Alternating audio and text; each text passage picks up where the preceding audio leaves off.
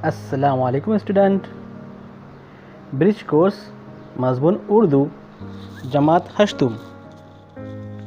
14वां दिन शायरी के असनाफ बोलना, पढ़ना और लिखना। आओ मालूम करें। उस्ताद वालिदैन बच्चों को शायरी के असनाफ में दुआ, हम्द और मुनाजात के मुतालिक मालूमात फ़राहम करें, इनकी तारीफ़ बताएं। अब हम देखेंगे दुआ। हर बंदा अल्लाह ताला की बारगाह में हाथ उठाकर इसकी मदद चाहता है।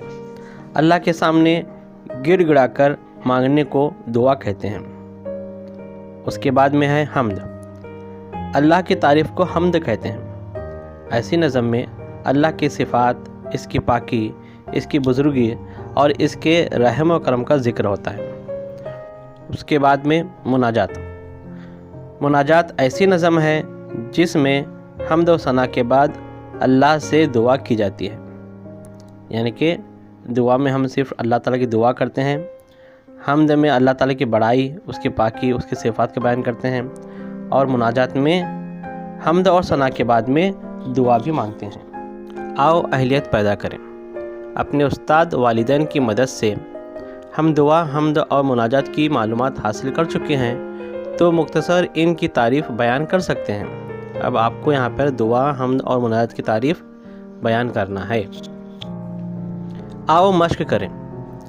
हासिल की गई मालूमात के मुताबिक दुआ, हम्द और मुनाजात पढ़ चुके हैं, तो मुख्तसर इनकी तारीफ़ लिखिए।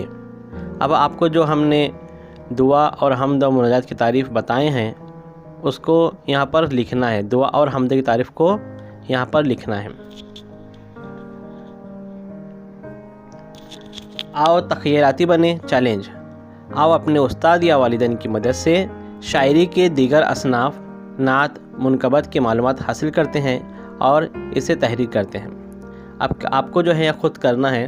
अपने उस्ताद या वालिदैन की मदद से शायरी के दूसरे असनाफ जो हैं, नात है, मुनकबत है, मरसिया है, रुबाई है, कसीदा है, ये बहुत सारे इसके नज़म की किस्में हैं।